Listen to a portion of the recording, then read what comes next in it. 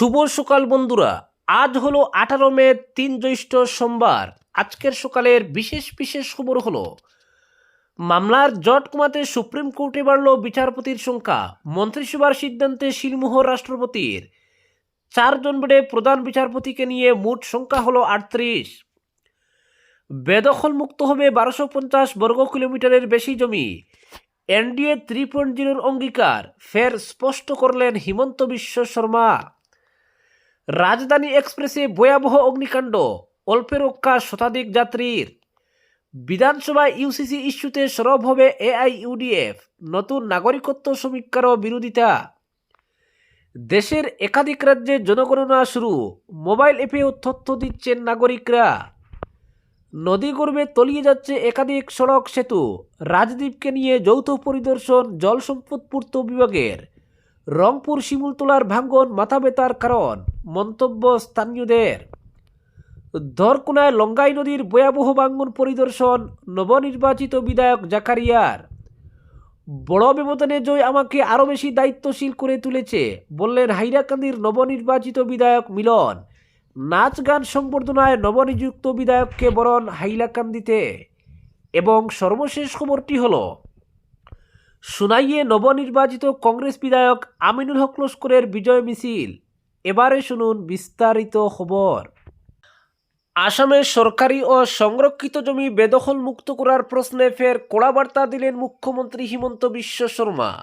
রবিবার সামাজিক মাধ্যমে এক পোস্ট করে তিনি স্পষ্ট জানিয়ে দেন, রাজ্যে 1250 বর্গ কিলোমিটারেরও বেশি বেদখল হয়ে থাকা জমি পুনরুদ্ধারে প্রতিশ্রুতিবদ্ধ এনডিএ 3.0 সরকার। শুধু ঘোষণা নয়, এই লক্ষ্য পূরণে প্রশাসন ইতিমধ্যেই কাজ শুরু করে দিয়েছে বলেও জানান তিনি। এদিন মুখ্যমন্ত্রী তার পোস্টে লিখেন, এনডিএ 3.0 সরকার আসামে 1250 বর্গ কিলোমিটারেরও বেশি বেদখল হওয়া জমি পুনরুদ্ধারে প্রতিশ্রুতিবদ্ধ। এই প্রতিশ্রুতি বাস্তবায়নের লক্ষ্যে আমরা ইতিমধ্যেই কাজ শুরু করছি। এর পাশাপাশি শনিবার বিভিন্ন জেলায় উচ্ছেদ অভিযানের কয়েকটি ছবিও সামাজিক মাধ্যমে ভাগ করে নেন তিনি। সেই ছবিতে প্রশাসনের বুলডোজার অভিযান, সরকারি জমি পুনর্দখলের কাজ এবং নিরাপত্তা বাহিনীর উপস্থিতি দেখা যায়। গত কয়েক বছরে আসাম সরকারের অন্যতম আলোচিত পদক্ষেপ হয়ে উঠেছে অবৈধ দখলদারি বিরোধী অভিযান। সরকারি জমি, বনভূমি, সত্রের জমি এবং জলাশয় বেদখল মুক্ত করতে রাজ্যের একাধিক জেলায় ধারাবাহিক উচ্ছেদ অভিযান চালানো হয়েছে। বিশেষ করে দরং, নগাঁও, হুজাই, গোয়ালপাড়া, শোনিতপুর, লখিমপুর, শ্রীভূমি সহ বিভিন্ন জেলায় প্রশাসনের অভিযান নিয়ে রাজনৈতিক মহলেও তীব্র আলোচনা হয়েছে। রাজ্য সরকারের দাবি, বহু জায়গায় দীর্ঘদিন ধরে বেআইনিভাবে সরকারি জমি দখল করে বসবাস, চাষাবাদ এবং স্থায়ী নির্মাণ কাজ চলছিল। শুধু তাই নয়, সংরক্ষিত বনাঞ্চলেও অবৈধ দখল বাড়ছিল বলে অভিযোগ। সেই কারণেই ভূমি রক্ষা, বন সংরক্ষণ এবং খিলঞ্জিয়া মানুষের স্বার্থ সুরক্ষার লক্ষ্যে সরকার কঠোর অবস্থান নিয়েছে। মুখ্যমন্ত্রী হিমন্ত বিশ্ব শর্মা অতীতেও একাধিকবার বলেছেন, আসামের ভূমি রক্ষা করা সরকারের অন্যতম দায়িত্ব। তার দাবি, অবৈধ দখলদারি রোধ করা না গেলে ভবিষ্যতে ভূমি ও জনসংখ্যাগত ভারসাম্যের উপর বড় প্রভাব পড়তে পারে।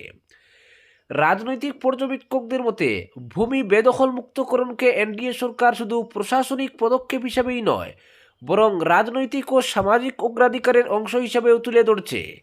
বিশেষ করে খিলঞ্জিয়া অধিকার, বনভূমি রক্ষা এবং সীমান্তবর্তী অঞ্চলে অনুপ্রবেশ রোধের প্রশ্নে সরকার ধারাবাহিকভাবে কঠোর অবস্থান নিয়ে আসছে। পরবর্তী খবরটি হলো, মামলার জট কমাতে সুপ্রিম কোর্টে বাড়ল বিচারপতির সংখ্যা, মন্ত্রিসভার সিদ্ধান্তে শিলমোহর রাষ্ট্রপতির। সুপ্রিম কোর্টে বিচারপতির সংখ্যা আরও 4 জন বাড়ানোর সিদ্ধান্ত নিয়েছে কেন্দ্রীয় সরকার।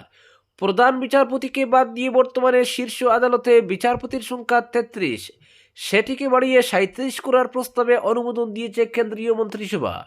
সেই সিদ্ধান্তে এবার শিলমোহর দিয়েছে রাষ্ট্রপতি দ্রৌপদী মুর্মুও। ফলে প্রধান বিচারপতিকে ধরে সুপ্রিম কোর্টে মোট বিচারপতির সংখ্যা দাঁড়াতে চলেছে 38। এই সিদ্ধান্ত কার্যকর করতে শীঘ্রই একটি সংশোধনী বিল আনার প্রস্তুতি নিচ্ছে কেন্দ্র। বিলটির নাম হবে সুপ্রিম কোর্ট বিচারপতির সংখ্যা সংশোধনী বিল 2026। তবে বিল আনার আগেই অধ্যাদেশ জারি করে বিচারপতির সংখ্যা বাড়ানোর পথে এগিয়েছে সরকার। কেন্দ্রীয় আইনমন্ত্রী অর্জুন রাম মেঘওয়াল জানিয়েছেন, মামলার চাপ সামাল দিতে এই সিদ্ধান্ত নেওয়া হয়েছে। তার বক্তব্য, রাষ্ট্রপতির অনুমোদনের পর সংশ্লিষ্ট অধ্যাদেশ জারি করা হয়েছে, যার মাধ্যমে বিচারপতির সংখ্যা বাড়ানোর পথ সুগম হয়েছে। কেন্দ্রের দাবি, সুপ্রিম কোর্টে মামলার চাপ ক্রমাগত বাড়ছে, সেই কারণে বিচার প্রক্রিয়া দ্রুত করতে অতিরিক্ত বিচারপতির প্রয়োজন। নতুন বিচারপতিদের বেতন ও সহায়ক খরচ সরকারি তহবিল থেকেই বহন করা হবে।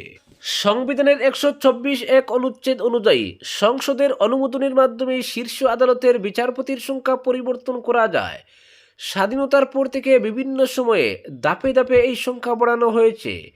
1956 সালে যেখানে মাত্র 10 জন বিচারপতি ছিলেন, পরে তা ধীরে ধীরে 13, 17, 25, 30 হয়ে 2019 সালে 33-এ পৌঁছায়। এবার আবারও সেই সংখ্যা বাড়ানোর সিদ্ধান্ত নিল কেন্দ্র। উল্লেখ্য, গত বছরের আগস্ট মাসে শেষবার সুপ্রিম কোর্টে বিচারপতি নিয়োগ হয়েছিল। তখন গুজরাট হাইকোর্টের বিচারপতি বিপুল মনুভাই পঞ্চলিকে দেশের সর্বোচ্চ আদালতে আনা হয়েছিল। নতুন এই পদ বৃদ্ধির ফলে বিচার ব্যবস্থায় আরও গতি আসবে বলে মনে করছে আইনি মহল। পরবর্তী খবর, রাজধানী এক্সপ্রেসে ভয়াবহ অগ্নিকাণ্ড, অল্পে রক্ষা শতাধিক যাত্রীর। রবিবার ভোরে দিল্লিগামী রাজধানী এক্সপ্রেসে ভয়াবহ অগ্নিকাণ্ডের ঘটনায় ব্যাপক আতঙ্ক ছড়িয়ে পড়ে। মধ্যপ্রদেশের রতলাম জেলায় তিরুবনন্তপুরম হজরত নিজামুদ্দিন রাজধানী এক্সপ্রেসে এই ভয়াবহ অগ্নিকাণ্ডের ঘটনা ঘটে। অল্প সময়ের মধ্যেই দ্রুত পদক্ষেপ নিয়ে ট্রেনের একটি কোচ থেকে 68 জন যাত্রীকে নিরাপদে সরিয়ে নেওয়া হয়। রেল কর্তৃপক্ষ জানিয়েছে, এই ঘটনায় কোনো হতাহতের ঘটনা ঘটেনি। রেল কর্মীদের তৎপরতায় বড় ধরনের প্রাণহানি এড়ানো সম্ভব হয়েছে। রেল সূত্রে জানা যায়, রবিবার ভোর প্রায় 5:30 নাগাদ ট্রেন নম্বর 12431 এর B1 কোচে আগুনের সূত্রপাত হয়। ট্রেনটি তিরুবনন্তপুরম থেকে দিল্লির উদ্দেশ্যে যাচ্ছিল। ঘটনাটি ঘটে বিক্রমগড় আলট ও লুনিরিচ্চা স্টেশনের মাঝে, যা কোটা রেল বিভাগের অন্তর্ভুক্ত। রতলাম থেকে ট্রেনটি ভোর 3:30টায় রওনা দিয়েছিল। প্রথমে ট্রেনের গার্ড কোচের ভিতর থেকে ধোঁয়া ও আগুন দেখতে পান। সঙ্গে সঙ্গে তিনি লোকো পাইলটকে সতর্ক করেন। এরপরই ট্রেন থামানো হয় এবং জরুরি ভিত্তিতে যাত্রীদের নামানোর কাজ শুরু হয়। রেল কর্তৃপক্ষ দ্রুত ওভারহেড বৈদ্যুতিক সংযোগ বন্ধ করে দেয় এবং দমকল বাহিনীকে কাজে লাগানো হয়। আগুন পরে B1 কোচের পেছনে যুক্ত লাগেজ ও গার্ডম্যানেও ছড়িয়ে পড়ে। রেলওয়ে সূত্রে জানানো হয়েছে, সব যাত্রীকেই নিরাপদে নামানো সম্ভব হয়েছে এবং কেউ আহত হননি। পরে ক্ষতিগ্রস্ত কোচটি আলাদা করে দেওয়া হয়। আগুন নিয়ন্ত্রণে আসার পর ট্রেনটি সকাল প্রায় 9:30 নাগাদ পুনরায় যাত্রা শুরু করে। তবে ক্ষতিগ্রস্ত কোচ এবং গার্ডম্যান আলাদা করে নেওয়ায় কিছু সময় পরিষেবা ব্যাহত হয়। পরবর্তী খবরটি হলো, বিধানসভায় ইউসিসি ইস্যুতে সরব হবে AIUDF, নতুন নাগরিকত্ব সমীক্ষারও বিরোধিতা। আসন্ন অসম বিধানসভা অধিবেশনে অভিন্ন দেওয়ানি বিধি বা ইউসিসির বিরোধিতায় সরব হওয়ার ইঙ্গিত দিল AIUDF। রবিবার সংবাদ মাধ্যমের মুখোমুখি হয়ে দলের সভাপতি বদরুদ্দিন আজমল জানান, বিধানসভায় ইউসিসি প্রসঙ্গ উঠলে তার বিরোধিতা করবে তাদের দল। একই সঙ্গে আসামে নতুন করে নাগরিকত্ব বা সামাজিক অর্থনৈতিক সমীক্ষা চালানোর সম্ভাবনার বিরুদ্ধেও অবস্থান স্পষ্ট করেছে AIUDF। বদরুদ্দিন আজমল বলেন, ইউসিসি দেশের অত্যন্ত সংবেদনশীল বিষয়। সব সম্প্রদায়ের মতামতকে গুরুত্ব না দিয়ে এ ধরনের সিদ্ধান্ত চাপিয়ে দেওয়া ঠিক হবে না। বিধানসভায় এই বিষয়টি নিয়ে আলোচনা হলে AIUDF নিজেদের অবস্থান স্পষ্ট করবে। এদিকে আসন্ন বিধানসভা অধিবেশনকে ঘিরে নিজের শপথ গ্রহণ প্রসঙ্গেও মুখ খুলেন আজমল। তিনি জানান, প্রথমে অধিবেশন 18 মে হওয়ার কথা থাকলেও পরে তা পরিবর্তন করে 21 মে নির্ধারণ করা হয়েছে। কিন্তু ওই দিনই তার হজযাত্রার সময় নির্ধারিত থাকায় কিছুটা সমস্যার সৃষ্টি হয়েছে। আজমলের কথায়, আমি এই বিষয়টি বিধানসভার অধ্যক্ষকে লিখিতভাবে জানিয়েছি। স্পিকারের সুবিধা অনুযায়ী আমার শপথ গ্রহণ সম্পন্ন হবে। অন্যদিকে ইউডিএফের সাধারণ সম্পাদক রফিকুল ইসলাম আসামে নতুন করে সম্ভাব্য বিশেষ নিবিড় সংশোধন বা SIR এবং নাগরিকত্ব সংক্রান্ত সমীক্ষার বিরোধিতা করেন। তার দাবি, বহু বছর ধরে চলা NRC প্রক্রিয়া ইতিমধ্যেই বিস্তৃত যাচাইয়ের মধ্য দিয়ে গিয়েছে, তাই নতুন করে সমীক্ষা চালানোর প্রয়োজন নেই। রফিকুল ইসলাম বলেন, NRC প্রক্রিয়া সুপ্রিম কোর্টের তত্ত্বাবধানে দীর্ঘদিন ধরে চলেছে, কোটি কোটি নথি যাচাই হয়েছে। এখন আবার নতুন সমীক্ষা শুরু হলে সাধারণ মানুষকে অযথা হয়রানির মুখে পড়তে হবে। পরবর্তী খবরটি হলো, দেশের একাধিক রাজ্য ও কেন্দ্রশাসিত অঞ্চলে শুরু হয়ে গেল জনগণনার কাজ। বাড়ি বাড়ি গিয়ে তথ্য সংগ্রহের পাশাপাশি এবার ডিজিটাল ব্যবস্থাকেও গুরুত্ব দিচ্ছে কেন্দ্র। বিশেষ মোবাইল অ্যাপের মাধ্যমে সরাসরি নাগরিকদের কাছ থেকে তথ্য নেওয়ার উদ্যোগ নিয়েছে নরেন্দ্র মোদী সরকার। প্রথম পর্যায়ে রাজস্থান, মহারাষ্ট্র, ঝাড়খণ্ড, মেঘালয় এবং দিল্লির পুরো এলাকাগুলিতে গণনা কর্মীরা বাড়ি বাড়ি গিয়ে তথ্য সংগ্রহ শুরু করেছেন। অন্যদিকে গুজরাট, জম্মু কাশ্মীর, লাদাখ এবং পুদুচেরিতে রবিবার থেকেই অ্যাপের মাধ্যমে তথ্য জমা দেওয়ার প্রক্রিয়া চালু হয়েছে। কেন্দ্রীয় প্রশাসনের তরফে জানানো হয়েছে, নির্দিষ্ট মোবাইল অ্যাপ ডাউনলোড করে পরিবারের প্রধান নিজের এবং পরিবারের সদস্যদের তথ্য সরাসরি জমা দিতে পারবেন। এই প্রক্রিয়া চলবে 31 মে পর্যন্ত। এরপর 1 জুন থেকে সংশ্লিষ্ট রাজ্য ও কেন্দ্রশাসিত অঞ্চলে বাড়ি বাড়ি গিয়ে তথ্য যাচাই ও সংগ্রহের কাজ শুরু হবে। সরকারি সূত্রের দাবি, এখনও পর্যন্ত 25 রাজ্য ও কেন্দ্রশাসিত অঞ্চলের প্রায় 1.5 কোটি মানুষ ডিজিটাল মাধ্যমে নিজেদের তথ্য জমা দিয়েছেন। ফলে এই পদ্ধতিকে ইতিমধ্যেই সফল উদ্যোগ হিসেবে দেখছেন প্রশাসনের একাংশ। জানা গিয়েছে, অ্যাপে তথ্য সফলভাবে জমা পড়লে তথ্যদাতার মোবাইলে একটি স্বীকৃতিপত্র পাঠানো হবে। সেই নথি দেখালে বাড়িতে আসা গণনা কর্মীদের আর নতুন করে তথ্য দিতে হবে না সংশ্লিষ্ট পরিবারকে।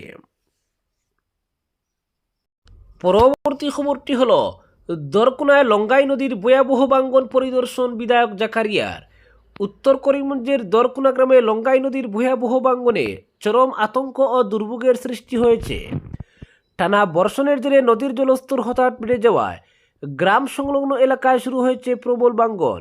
ইতিমধ্যেই গ্রামের জামে মসজিদের সামনে গুরুত্বপূর্ণ গ্রামীণ সড়কের একাংশ নদীগর্ভে বিলীন হয়ে গেছে। ফলে কয়েকটি পাড়ার সঙ্গে মূল গ্রামের যোগাযোগ কার্যত বিচ্ছিন্ন হয়ে পড়েছে। পাশাপাশি মসজিদের সামনের বাউন্ডারি দেওয়াল সহ আশপাশের বিস্তীর্ণ এলাকা মারাত্মকভাবে ক্ষতিগ্রস্ত হয়েছে। স্থানীয়দের অভিযোগ, একদিনের প্রবল বর্ষণের পর থেকেই লঙ্গাই নদীর স্রোত অস্বাভাবিকভাবে বেড়ে যায়। প্রথমে রাস্তার ধারে ছোট ছোট ফাটল দেখা দিলেও অল্প সময়ের মধ্যেই তা বড় আকার ধারণ করে। পরে মুহূর্তের মধ্যেই রাস্তার বিস্তীর্ণ অংশ নদীগর্ভে তলিয়ে যায়। এতে গ্রামের শতাধিক পরিবারের স্বাভাবিক জীবনযাত্রা বিপর্যস্ত হয়ে পড়েছে। বিশেষ করে স্কুল কলেজ পড়ুয়া, রোগী ও নিত্য প্রয়োজনীয় কাজে যাতায়াতকারী সাধারণ মানুষ চরম সমস্যার সম্মুখীন হচ্ছেন। এলাকাবাসীর আশঙ্কা, আগামী কয়েকদিন ভারী বর্ষণ অব্যাহত থাকলে পরিস্থিতি আরও ভয়াবহ আকার ধারণ করতে পারে। দ্রুত ভাঙ্গন প্রতিরোধে ব্যবস্থা গ্রহণ করা না হলে বসতবাড়ি, কৃষিভূমি ও ধর্মীয় প্রতিষ্ঠান নদীগর্ভে বিলীন হওয়ার সম্ভাবনা রয়েছে বলে আশঙ্কা প্রকাশ করেছেন তারা। ঘটনার খবর পেয়ে রবিবার পৃথকভাবে ক্ষতিগ্রস্ত এলাকা পরিদর্শনে যান উত্তর করিমগঞ্জের নবনির্বাচিত বিধায়ক জাকারিয়া আহমেদ এবং জেলা পরিষদের ভাইস চেয়ারম্যান সাথী রায় কৈরি। তারা ভাঙ্গন কবলিত এলাকা ঘুরে দেখে স্থানীয় বাসিন্দাদের সঙ্গে কথা বলেন। ক্ষতিগ্রস্ত মানুষের দুর্ভোগের চিত্র দেখে উদ্বেগ প্রকাশ করেন জনপ্রতিনিধিরা। পরিদর্শনকালে বিধায়ক জাকারিয়া আহমেদ জানান, সাধারণ মানুষের যাতায়াত যাতে পুরোপুরি বন্ধ হয়ে না যায় সেই লক্ষ্যে তিনি ব্যক্তিগত তহবিল থেকে অস্থায়ীভাবে একটি বাঁশের সাঁকো নির্মাণের উদ্যোগ গ্রহণ করেছেন। খুব দ্রুত বিকল্প চলাচলের ব্যবস্থা করা হবে বলেও তিনি আশ্বাস দেন। পাশাপাশি বিষয়টি নিয়ে জেলা আয়ুক্ত প্রদীপ কুমার দ্বিবেদীর সঙ্গে ইতিমধ্যেই আলোচনা হয়েছে বলেও জানান তিনি।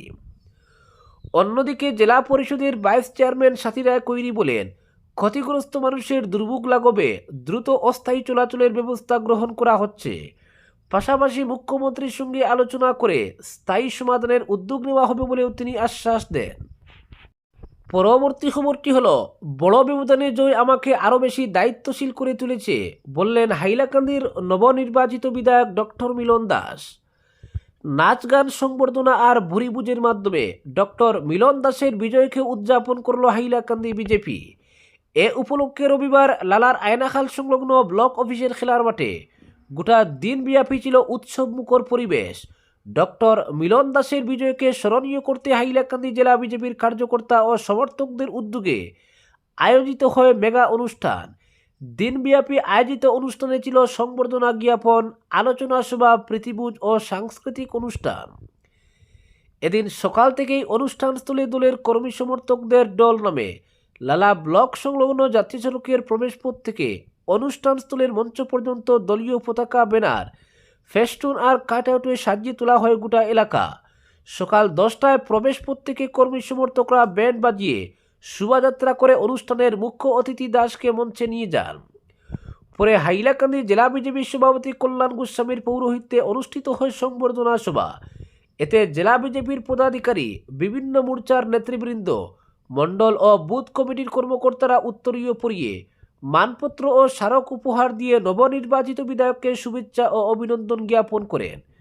কর্মীদের ব্যাপক উচ্ছ্বাসে আবেগঘন পরিবেশে অনুষ্ঠানটি হয়ে ওঠে জমজমাট। এক সময় সংবর্ধনা অনুষ্ঠান বিশাল জনসমাবেশের রূপ নেয়। অনুষ্ঠানে বিধায়ক দাসের সঙ্গে ছিলেন জেলার প্রাক্তন বিজেপির সভাপতিগণ সহ দলের প্রবীণ নেতা, বরিষ্ঠ কার্যকর্তা ও সমাজের বিশিষ্টজনেরা। দলের বিভিন্ন শ্রেণীর নেতারা ডক্টর মিলন দাসকে অভিনন্দন জানিয়ে বক্তব্য রাখেন। তারা হাইলাকান্দিতে বিজেপির এই জয়কে সাধারণ মানুষের দীর্ঘদিনের আশা ও প্রত্যাশার প্রতিফলন বলে উল্লেখ করেন। বলেন, দীর্ঘ ৩৫ বছর পর জেলায় বিজেপির বিধায়ক নির্বাচিত হওয়ায় সাধারণ মানুষের মধ্যে নতুন আশার সঞ্চার হয়েছে। সংবর্ধনা অনুষ্ঠানে বক্তব্য রাখতে গিয়ে মুখ্য অতিথি বিধায়ক দাস কর্মী সমর্থক ও সাধারণ মানুষের প্রতি কৃতজ্ঞতা প্রকাশ করেন। বলেন, এই জয় হাইলাকান্দির প্রত্যেক মানুষের জয়। তিনি মানুষের ভালোবাসা ও আস্থার মূল্য রেখে নিজেকে নিরলসভাবে জনসেবায় নিয়োজিত রাখবেন বলে ঘোষণা করেন। বিশাল ভোটের ব্যবধানে এই জয় তাকে আরও বেশি দায়িত্বশীল করে তুলেছে বলে উল্লেখ করেন তিনি। আগামী দিনে জেলার সার্বিক উন্নয়ন, শিক্ষা, স্বাস্থ্য, যোগাযোগ ব্যবস্থা এবং যুব সমাজের কর্মসংস্থানের জন্য তিনি আন্তরিকভাবে কাজ করে যাবেন বলে জানান। পরবর্তী খবরটি হল, সোনাইয়ে নবনির্বাচিত কংগ্রেস বিধায়ক আমিনুল হক লস্করের বিজয় মিছিল। জনজোয়ারের চিত্র দেখা গেল বাঁশকান্দি ব্লক এলাকায় বিজয় মিছিলের পর এবার রবিবার সোনাই ব্লক এলাকা জুড়ে বিশাল বিজয় মিছিল করেন তিনি। উত্তর কৃষ্ণপুরের আউলিয়া মসজিদ প্রাঙ্গণ থেকে বিজয় মিছিলের সূচনা হয়। পুষ্পবৃষ্টির মাধ্যমে মিছিলের সূচনা করা হয়। শত শত বাইক ও বিভিন্ন যানবাহনের অংশগ্রহণে গোটা এলাকা উৎসবমুখর হয়ে ওঠে। বিজয় মিছিলটি কৃষ্ণপুর থেকে শুরু হয়ে সোনাবাড়িঘাট, দনেহরি, সোনাইবাজার, আমজুরঘাট, নতুন রামনগর, স্বাধীনবাজার, কচুদরম, দিদারখুশ, হাতিখাল, কাজীডহর ও সোনাবাড়িঘাট হয়ে দক্ষিণ কৃষ্ণপুরে গিয়ে শেষ হয়। মিছিলে বিভিন্ন স্থানে সাধারণ মানুষ, নারী, পুরুষ ও কচিকাচারা ফুলের মালা, উত্তরীয় এবং পুষ্পার্ঘ অর্পণ করে বিধায়ক আমিনুল হক লস্করকে সংবর্ধনা জানান। বক্তব্য রাখতে গিয়ে বিধায়ক আমিনুল হক লস্কর বলেন, এবার সোনাইয়ের নির্বাচন ছিল আমজনতা বনাম নেতাদের লড়াই। এই জয়ে রিক্সা চালক, ঠেলাগাড়ি চালক, দিনমজুর সহ সাধারণ মানুষেরই বিজয় হয়েছে। আজকের বিশেষ সংবাদ এখানেই সমাপ্ত।